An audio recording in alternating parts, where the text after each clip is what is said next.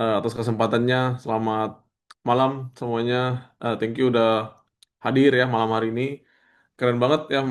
Udah apa masih malam ya Pak? Udah malam nih kan, tapi masih semangat banget buat apa belajar. Keren banget. Dan malam hari ini mungkin saya sharing-sharing aja ya, santai, bukan bermaksud menggurui, tapi mungkin saya akan sharing dari POV saya beberapa bulan ini ada mengulik tentang agentic AI. Nah, jadi mungkin kan kalau kita ngomongin soal AI udah dari 2 tahun 3 tahun lalu ya. Cuman mungkin di tahun ini agentic AI itu sudah mulai apa ya, sudah mulai dipakai ya banyak perusahaan.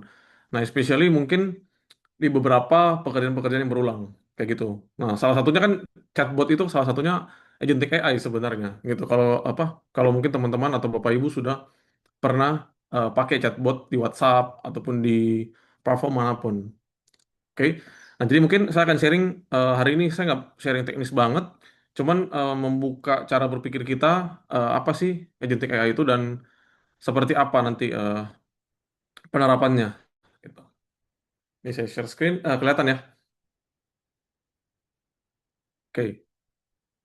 Nah, jadi kalau kita biasa bicara soal ChatGPT atau cloud, apalagi mungkin teman-teman atau Bapak Ibu yang masih berkecimpung di cloud chat misalkan. Nah, itu dia masih hanya sebatas caption, apa chatbot gitu kan. Nah, misalkan contoh kita tanya nih, buatkan caption. Nah, dia jawab atau kita jawab, kita tanya lagi nih, buatin ide konten. Nah, dia akan jawab. Nah, tapi di agentic AI ini kita akan naik di satu step lagi, yaitu bagaimana AI itu bukan cuma dia ngejawab doang, tapi dia juga bisa bantu kita bekerja. Jadi ibaratkan kalau ChatGPT bisa bantu kita via teks atau Cloud bisa via teks. Nah, agentic AI ini salah satunya fungsinya adalah punya tangan untuk bisa mengeksekusi juga. Nah, di sini kerennya. Jadi ChatGPT itu bantu kita berpikir, agentic AI itu sebenarnya kita bantu kita buat bekerja.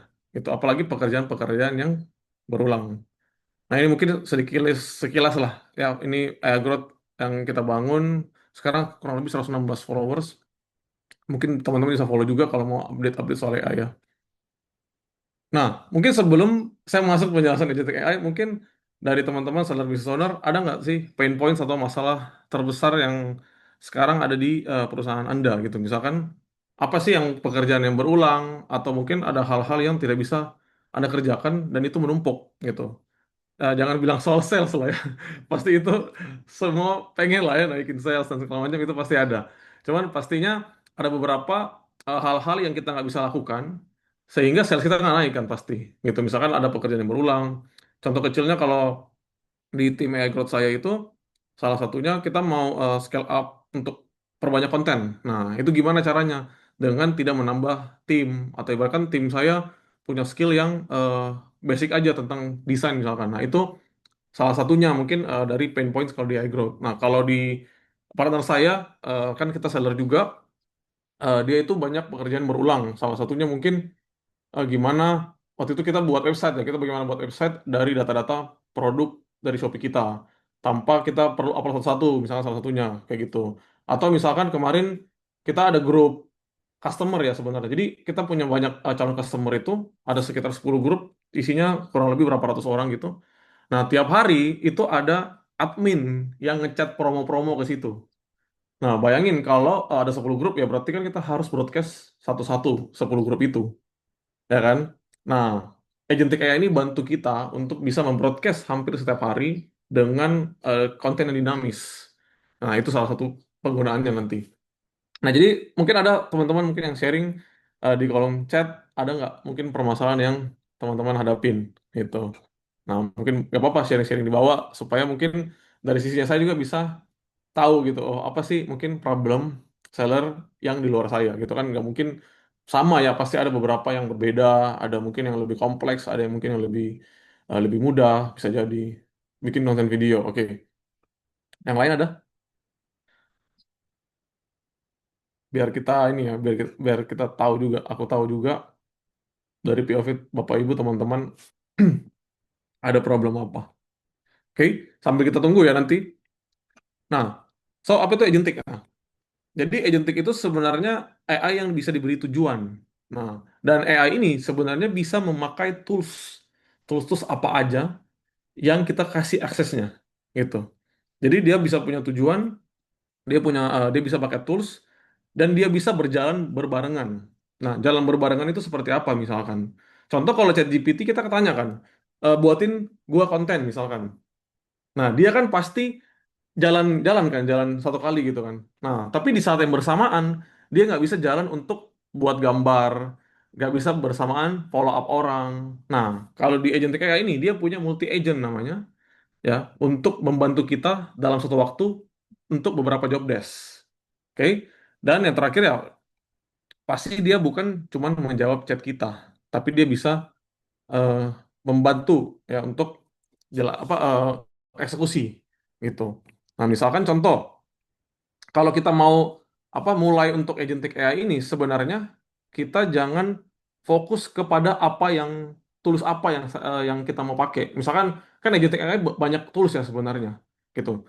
Tapi jangan tanya, tools apa ya yang saya mau pakai? Bukan. Tapi kalau saya tanya ke orang atau kasih tahu ke orang, itu bukan dari toolsnya, tapi mau pekerjaan apa yang kita ingin ringankan.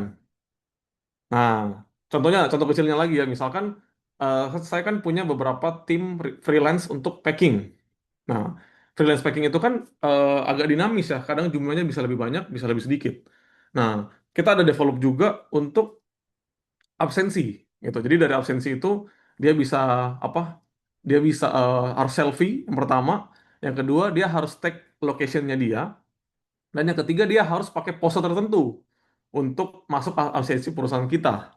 Nah, itu kan salah satunya membantu HRD saya untuk ya nggak usah beli mesin absen misalkan, terus dari database-nya itu sudah bisa langsung di reminder ke HRD saya. Misal nih ada yang telat, ya udah itu bisa langsung follow up ke WhatsApp dari HR saya. Nah, contoh seperti itu. Jadi masalah-masalah seperti itu kita bisa selesaikan. Nah, makanya saya tadi tanya, ada nggak sih Bapak Ibu yang mempunyai masalah di operasional atau di administrasi atau bahkan di sales, itu kita mulai dari situ. Jadi bukan dari toolsnya, tapi apa masalah yang saya mau diselesaikan. Nah, seperti itu. Oke. Nah, ini bedanya nih chatbot versus automation dan versus AI agent. Mungkin Bapak Ibu pernah lihat lah ya atau baca sekilas ada chatbot, automation dan AI agent. Apa sih bedanya? Nah, yang pertama chatbot. Nah, yang pertama tadi yang saya udah jelaskan, ChatGPT, Cloud Chat, itu termasuk chatbot. Jadi dia jawab pertanyaan kita, dia mungkin menjawab apa yang kita tanya, apa yang kita diskusikan, itu dia pasti akan jawab. Nah, tapi ya itu satu tugas per chat. Ya, setiap kita nggak kasih masuk chat, ya udah tugas dia cuma itu saja. Nggak bisa tiba-tiba 3 tugas, 4 tugas yang dia terima dalam satu chat. Nah, itu nggak bisa. Dan butuh manusia untuk lanjutin. Misalkan contoh, mungkin kemarin kayak Cijuli kan sempat kita bantu ya training. Nah, itu ya masih masih masuk di chatbot. Kenapa? Kita masukin gambar, dia kasih prompt, ya kan? Kita eksekusi. Nah, jadi masih ada manusia yang eksekusi tugas yang kita mau tuju gitu. Jadi AI chatbot ini cuma membantu di sisi tulisan lah gitu. Nah, yang kedua ada automation. Nah, kalau Bapak Ibu pernah dengar misalkan N8N atau Make, itu adalah salah satu tools automation. Nah, automation itu seperti kayak workflow. Nah, tapi ikut alurnya ada. Jadi misalkan contoh, misal ketika kita eh, apa namanya absensi, itu ada workflow-nya. Misalkan dari data data orang foto masuk ke Google Sheet kita, terus masuk ke notifikasi WhatsApp kita. Nah, itu automation. Nah, dia itu ada rule base-nya dan dia nggak fleksibel. Jadi sekali kita buat workflow-nya, ini agak susah buat kita ibaratkan modifikasi. Saya pun ke belajar automation kemarin agak agak belibet. Karena apa? Karena N8N itu kan kita butuh minimal basic, ada coding lah, basic coding untuk kita membuat sebuah workflow-nya. Misalkan cara buat absensi atau cara buat video nih, dari promnya, dari generation videonya dan segala macam, itu kita butuh banyak workflow dan butuh pengetahuan coding gitu. Kalau menurut saya ya, karena saya pun bukan basic coding gitu, makanya saya nggak pakai automation di dalam kerjaan saya. Nah, makanya saya pilihnya itu yang ketiga, yaitu agentic AI seperti itu. Nah, agentic AI ini kita bisa kasih tahu dia apa sih tujuan kita. Misalkan tujuan saya, oke, contoh nanti saya kasih lihat ada satu use case saya. Tujuan saya adalah menaikkan sampai 100.000 followers misalkan. Nah, itu tujuan yang saya kasih tahu dia. Jadi dia akan bantu saya untuk capai the goals dan plus dia akan bantu eksekusi. Nah, yang kedua dia bisa pakai tools saya. Misalkan nih, saya punya tools untuk posting ke Instagram, Instagram, Facebook, TikTok misalkan. Nah, tiga tools ini dia bisa akses dan dia bisa auto post tanpa ada campur tangan dari saya. Jadi tools yang saya sediakan dia bisa akses secara langsung tanpa perlu saya lagi. Nah, kalau pakai ChatGPT kan kita harus copy lagi captionnya, taruh di, misalkan taruh di mana ya? Meta Business Suite misalkan, ketika kita mau posting ke Instagram atau Facebook misalkan. Nah, itu kita harus copy paste, kita upload sendiri. Tapi kalau dengan AI agent ini bisa bantu kita untuk menjadwalkan langsung tanpa campur tangan kita, gitu. Dan bahkan bisa ya analisis dan ambil keputusan. Nah, jadi yang kerennya agentic AI ini dia bisa belajar dari masa lalu. Jadi semakin hari kita ngomong sama dia, mirip sama GPT, cuman GPT ada batas batas memorinya ya, gitu. Jadi dia akan semakin pintar. Nah, seperti itu. Oke. Nah, nah ini yang saya bilang, ketika ada kita punya satu agentic AI ini bisa istilahnya menciptakan agent-agent kecil untuk membantu tasknya kita. Contohnya misalkan ada research agent, ada misalkan copywriting agent, terus ada design agent misalkan. Nah, ini nanti saya akan jelaskan sedikit di use case saya ketika saya membuat sebuah konten ya. Terus yang keempat ada posting agent. Nah, ini tadi saya bilang ada posting agent. Jadi agent itu sudah ngerti cara posting melalui tools saya. Nah, toolsnya itu bermacam-macam gitu. Bisa pakai namanya Replace, bisa namanya pakai Buffer. Nah, Buffer itu untuk social media automation lah ya. Nah, itu nanti saya akan jelaskan sedikit lah. Terus ada admin atau CRM. Nah, saya pun kemarin coba use case-nya itu bagaimana dari Skalef, kalau teman-teman tahu Skalef dan Mayar itu di produk digital, itu membantu follow up ke customer saya dari data Skalef dan Mayar gitu. Dan terakhir adalah analytics, dia juga bisa baca performa. Misalkan contohnya iklan kita nih, kita sambungin ke agentic AI kita. Nah, setiap hari data dari insight konten kita itu bisa ditarik sama AI kita untuk dianalisa. Oh, konten kamu yang terbaik hari ini segini.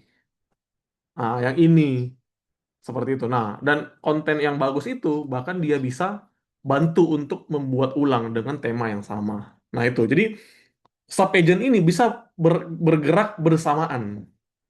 Misalkan jam jam 8 pagi saya suruh research dulu ya. Habis ketika dia research, langsung ke orang copywriting nih misalkan. Nah, itu tanpa campur tangan saya lagi. Nah, itulah gunanya agentic AI. Nah, siapa yang megang kendali? Ya ini yang di tengah ini, orkestrator namanya. Orkestrator. Nah, jadi bahkan orkestrator ini dulunya kita sebagai yang biasa chat di chat GPT, ya kan? Kita minta research dulu, habis itu kita minta copywriting, itu sama gitu. Bedanya adalah dia sekarang yang menggantikan kita untuk menjadi orkestrator gitu. Emang ini bisa di connect marketplace. Nah, sejauh ini marketplace memang belum open API untuk itu. Nah, jadi makanya marketplace itu susahnya itu sekarang. Tapi kalau beberapa kayak, saya nggak tahu ya kalau kayak big seller atau apapun itu, bisa nggak open API untuk masuk ke data mereka. Gitu. Kalau bisa masuk ke open API, itu bisa bantu banget untuk seller. Kayak gitu. Jadi sebenarnya agent kita ini sudah available untuk mengakses. Cuman tergantung platformnya kembali. Apakah dia membuka data nggak? Misalkan kayak Meta. Meta itu sudah buka data.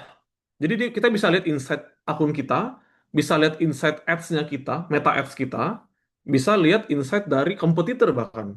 Karena sudah ada open API dari mereka. Nah, kayak gitu. Jadi ya saya nggak tahu ke depannya bakalan banyak gak ya apa platform-platform kayak ya Desti dan segala macam apapun itu yang membuka API-nya gitu ya, membuka open source lah ibaratkan seperti itu. Oke, nah tingkat implementasinya itu bermacam-macam. Nah, tadi ada yang saya bilang bantu tulis doang, jawab doang atau merangkum. Ada juga masuk ke alur kerja kita. Misalkan tadi kayak absen, dari orang masuk absen terus ada fotonya, terus masuk ke Google Sheet, terus nanti bisa di-approve ataupun apapun itu, sampai di semi autonomous yang sampai kita bahkan nggak pegang sama sekali itu bisa bekerja di agentic AI ini. Kayak gitu. Nah, apa aja sih yang ada di agentic AI? Ya, ini paling sedikit-sedikit saya jelaskan. Ada otaknya, pasti ada toolsnya, dan ada SOP yang kita harus kasih juga. Jadi bukan berarti kita punya agentic AI sudah langsung pinter 100% mengikuti kemauan kita. Enggak. Kita tetap kasih SOP dan ada memori atau data yang informasi yang kita perlu kasih ke dia. Seperti itu. Jadi nggak serta-merta cuman kita punya, ya udah dia udah langsung pinter. Makanya sebenarnya yang susah itu bukan setup agentic AI-nya, tapi melatih agentic AI ini supaya sesuai dengan kemauan custom dari perusahaan kita. Seperti itu. Nah, ini sama versus versus. Nah, ini platform-platformnya lah ya yang tadi saya bilang ChatGPT, WhatsApp, automation itu ada N8N, ada Zapier, ada Make. Nah, AI agent ini yang saya bahas di OpenClaw dan Hermes. Nah, kebetulan dua-duanya ini saya coba untuk implementasi di beberapa use case saya. Cuman walaupun mungkin belum terlalu sedalam tadi yang tanya marketplace bisa masuk nggak, karena memang belum open source seperti itu. Nah ini yang saya pakai itu ada OpenClaw dan Hermes. Nanti saya akan bantu demokan sedikit lah ya bagaimana mereka bekerja. Nah, bagaimana kita menjalankan sebuah agentic AI? Nah, yang yang saya lakukan ada dua di sini, ada lokal dan VPS gitu. Nah, kalau lokal itu kita mempunyai komputer sendiri. Ada komputer kita, ada Mac mini, atau ada laptop boleh gitu. Nah, lokal ini artinya kita memasukkan agentic AI itu ke dalam komputer kita.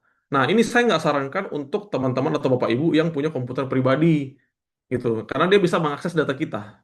Nah, so kalau mau pakai lokal, ada dedicated satu komputer atau laptop untuk bisa jalan 24 jam untuk AI agent kita. Kebetulan saya coba dua-duanya sih, ada lokal juga. Lokal saya punya PC Windows yang speknya nggak terlalu gede, kalau nggak salah saya cuma beli waktu itu merakit 5-6 juta. RAM-nya sekitar cuma 8 giga, itu bisa jalan beberapa use case saya pakai lokal. Jadi sebenarnya untuk orang yang awal-awal kayak saya nih misalkan juga saya belajar, nah, nggak perlu yang mahal-mahal. Kemarin kan banyak orang jual Mac mini ya. Mac mini kan lagi naik tuh harganya, Mac semua naik. Nah itu karena salah satunya karena use case AI agent seperti itu. Nah, kalau nggak punya lokal gimana? Nah, kita bisa pakai namanya VPS, Virtual Private Server. Nah, kalau ini kita sewa bulanan. Ya, kita sewa bulanan bergantung speknya. Ada yang 1 giga, ada yang 2 giga, ada yang 4 giga. Nah, ini cocok juga kalau 24 jam. Nah, ini kita nggak perlu pantengin karena ini cloud. Ibaratkan servernya itu di Singapura atau di Jakarta. Nah, jadi kita nggak perlu punya fisiknya. Oke? Tapi ya terbatas. Biasanya misalkan dia cuma punya berapa giga untuk memorinya dan segala macam. Dan yang terakhir, kita perlu namanya LLM API. Gitu. Jadi, bro, berarti kita nggak pakai ChatGPT lagi. Pakai, tapi hanya sebagai brain-nya aja. Otaknya aja. Gitu. Jadi nanti misalkan Bapak Ibu ada subscribe ChatGPT ataupun Gemini ataupun Cloud. Nah, itu kita bisa masukkan ke dalam otaknya si agentic AI ini. Seperti itu. Jadi tetap kita bayar juga LLM atau kita bayar per bulan. Ada beberapa misalkan kayak saya pakai GPT yang Pro, jadi kurang lebih saya bayar 1,9 juta per bulan untuk jadi otak si agentic AI ini. Seperti itu. Oke. Nah, jadi kalau mau di awal, kalau nggak punya lokal, bisa pakai VPS, bisa di setup di VPS ataupun di lokal. Kalau kebetulan saya lokal, karena saya punya komputer sendiri yang nganggur. Kalau punya nganggur ya boleh, tapi jeleknya harus sebaiknya jalan 24 jam. Gitu, jalan 24 jam karena misalkan dia bisa self learning dan segala macam, ada beberapa task yang malam-malam kita bisa suruh dia lakukan 24 jam. Seperti itu. Nah, use case agentic AI versi saya ini beberapa ada 6. Misalkan tadi content automation ini nanti saya kasih lihat sedikit. Terus ada check stop. Nah, kebetulan ini ada beberapa use case partner saya itu yang butuh tim sales saya itu check stop pakai grup. Nah, jadi di dalam grup itu sudah ada bot AI saya, agentic AI itu supaya menjawab pertanyaan. Kalau ditanya, salah satunya adalah cek stok gitu. Yang ketiga, grup SOP perusahaan. Misalkan teman saya salah satunya juga ada di Sampurna waktu itu dia dia punya satu bot untuk ditanyain apapun tentang perusahaan, tentang SOP. Nah, ini kalau mungkin teman-teman Bapak Ibu punya tim baru atau orang-orang yang lagi onboarding dan segala macam itu bisa juga kita kasih seperti itu. Jadi dia udah tahu nih perusahaan kita itu seperti apa, ada aturannya dan segala macam ini bisa masuk di sini. Terus saya ini yang keempat ini auto grup eh, channel atau bot apa auto post di grup ataupun di channel. Nah, ini saya lakukan juga di AI Growth. Jadi setiap hari dia akan memberikan sebuah news itu ke dalam channel saya. Kalau dalam customer saya ada grup customer. Jadi setiap hari dia akan kasih follow up, misalkan, oh hari ini ada promo apa, hari ini ada produk apa yang masuk yang baru. Nah, itu kita bisa pakai auto post tanpa ada admin sama sekali. Reminder juga boleh kalau misalkan teman-teman Bapak Ibu bisa kita masukkan ke dalam Google Calendar kita, ke Gmail kita. Jadi ketika misalkan ada Google Calendar, dia bisa baca Google Calendar kita dan bahkan kita bisa di chat sama dia, bilang bro ini ada jadwal ini hari ini. Ataupun misalkan untuk customer sales apa customer service kita untuk sales. Misalkan kalau kita punya data customer yang kita mau jadwalin, oke, setiap 15 hari sekali kamu harus upload ini. Sorry, upload, follow up, sorry ya. Follow up customer ini. Nah, agentic AI itu bakalan chat CS kita bilang, "Ini, kamu follow up customer ini. Datanya sudah ada. Yang penting kita kita feed datanya dulu customer kita ke agentic AI kita." Terus yang keenam, saya pakai juga untuk transcode. Artinya kayak misalkan lagi ada apa sih di luar sana, ada tren apa dan segala macam, itu juga saya pakai agent ini untuk bantu saya tiap hari apa sih yang viral. Karena kan saya masuk di dalam konten ya, apa sosial media dan konten. Jadi saya benar-benar cari apa yang lagi viral di luar sana untuk saya bisa implementasi di bisnis saya, apa di konten saya lah ibaratkan kayak gitu. Ya. Nah, ini mungkin saya demo dikit apa namanya agentic AI saya. Ini kebetulan di konten ya. Saya ini lagi banyak kuliknya di konten, jadi saya akan apa namanya kasih lihat untuk bagian konten. Oke. Jadi saya punya satu IG untuk apa namanya saya lagi kulik use case-nya si agentic AI ini. Bentar. Oke. Ini namanya Hermes ya. Nah, jangan jangan apa salfok sama namanya ya. Nah, ini sosmed namanya Tolak Miskin. Kebetulan saya bikin sebuah akun ya. Ini proyek uji coba. Nah, jadi, setiap pagi dia akan memberikan saya sebenarnya satu konten. Sorry, 10 konten ya. Contoh nih ya, saya kasih lihat ya. Bentar ya, saya coba bukain. Oke, contoh ya, ini contoh kecil aja. Jadi saya mau buat sebuah postingan seperti ini. Bentar, saya kasih lihat dulu. Kayak gini, kelihatan ya. Nah, postingan ini saya akan kombinasikan ke Reels. Jadi saya akan auto post ke Reels dengan pakai back sound atau suara, ada lagunya. Ya kan? Nah, karena AI ini kebetulan belum bisa memilih lagu di reel saya, gitu. Nah, jadi solusinya apa? Saya kasih dia sebuah file itu lagu nih. Saya ada berapa puluh lagu nih, berapa berapa belas lagu. Saya kasih ke dia. Ini lagunya, tolong lu namain aja nggak apa-apa dan cut pakai FFmpeg. Ini FFmpeg ini ada sebuah tools untuk menggabungkan foto dan video. Nah, ini nanti teman-teman bisa belajar pelan-pelan ketika punya use case tertentu ya. Ini saya kebetulan sudah tanya ke dia bagaimana caranya menggabungkan foto dan video atau gambar atau lagu gitu. Nah, dan gabungin single image reels. Nah, lagunya panjang, kamu ambil aja bagian ref tengahnya yang yang paling klimaks dari lagunya aja. Nah, BTW single image reels itu pakai skills yang baru. Jadi, saya punya skills untuk mendesain. Nah, desainnya itu akan otomatis sama dari fontnya, warnanya itu akan sama. Gua lihat masih pakai desain yang lama yang sebelumnya desainnya lama gitu. Jadi saya bilang revisi pakai skills yang metode render code misalkan. Nah, jadi dia akan jalanin nih seperti ini. Nah, ini tulisan-tulisan nggak tahu lah ini apa nih kan. Nah, dia execute pakai Python lah, coding dan segala macam. Dan ini dia masukkan di folder saya nih. Ini komputer saya nih. Folder C kan. Nah, di sini dia udah kasih saya sebuah sampel. Contoh sampelnya kita bisa klik di sini dan kita bisa lihat di langsung di website kita. Ntar ini kasih lihat bisa nggak ya? Nah ini contohnya kayak gini, gitu. Contohnya kayak gini dia udah kasih preview ke saya, kayak gitu. Nah ini contohnya salah satu contohnya. Misalkan contoh ya saya chat dia lagi ya misalkan ya. Nah, bantu gua riset dua konten untuk single image tentang rupiah yang naik hari ini tanggal 18 Juni. Kasih gua copywritingnya langsung. Draft dulu ya, nggak usah pakai gambar karena agak lama kalau pakai gambar. Kasih gua draft copywritingnya, misalkan seperti itu. Nah, jadi dia akan eh, bantu riset tentang rupiah yang 18 Juni ini naik, dan nanti dia kasih apa? Copywritingnya ke saya. Nah, kayak gitu. Nah, ini dia sambil menunggu, ini lagi typing dia, lagi lagi bekerja gitu kan. Kayak gitu. Nah, ada juga tadi ini saya barusan untuk tentang yang kesehatan. Nah, yang kesehatan ini saya juga baru buat untuk ininya, untuk desainnya. Jadi ini saya lagi bentuk skills desainnya dia kurang lebih seperti ini misalkan kalau pakai single image. Nah, kayak gini. Bentar ya, saya kasih lihat nih. Nah, misalnya kayak gini nih. 4 sinyal gula darah yang sering dikira masuk angin. Nah, ini contoh eh, layout atau framework desainnya yang saya kasih ke dia, supaya ke depannya kalau ketika dia membuat konten, itu mengikuti layout kurang lebih seperti ini.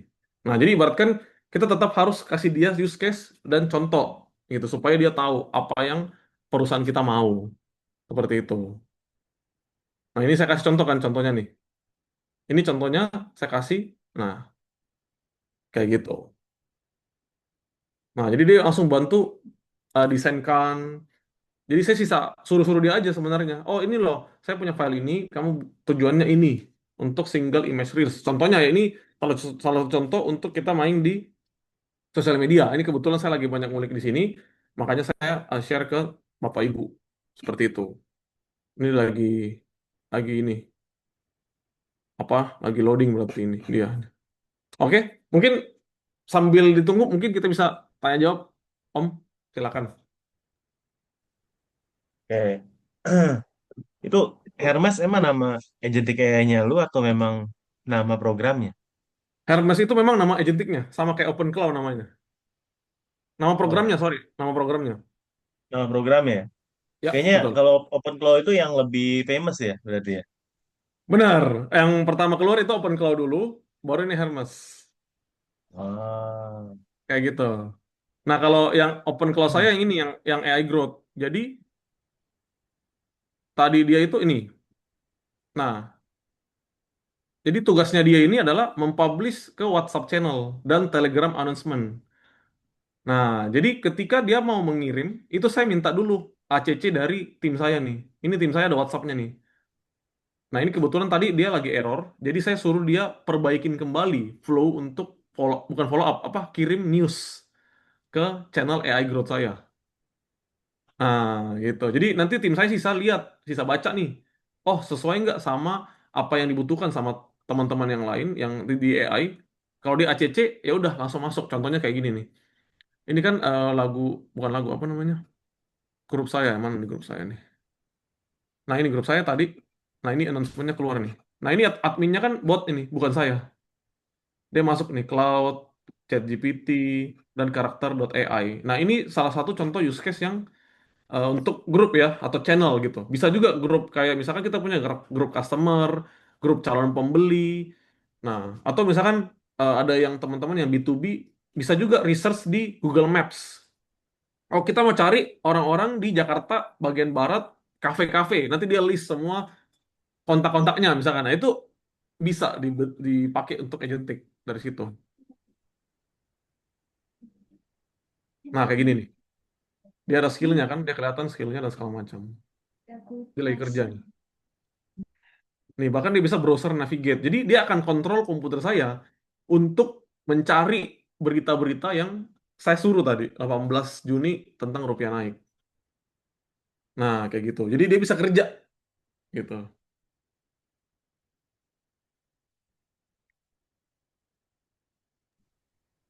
Wah, keren banget sih, keren keren. Nah, kalau buat seller nih, misalnya Ya, kita pengen bikin agentic AI ini untuk bikinin kita konten video ya, secara 24 jam, lalu posting di TikToknya langsung bisa. bisa. Teman-teman lihat aja di Instagram saya kan ada namanya Tolak Miskin tuh. Itu otomatis dia terpost tiap hari. Itu Instagram lo ya, tolak miskin itu. Iya, tapi kinnya itu pakai ki ya. Bentar ini saya buka aja di sini langsung. Bentar, bentar, bentar. Tolak Ini contoh use miskin. case aja. Saya lagi coba kan. Oh, ternyata dia bisa otomatis seperti itu. Nah, cuman dia bentuknya kan masih ini, Om, apa foto sama Reels ya. Nah, kalau gambar bisa, cuman kita pakai model AI misalkan nih kita pakai model AI untuk Gemini misalkan untuk buat videonya. Jadi dia akan ambil tools dari Gemini, API Gemini untuk dia ini orkestrakan jadi video, nanti baru dia post.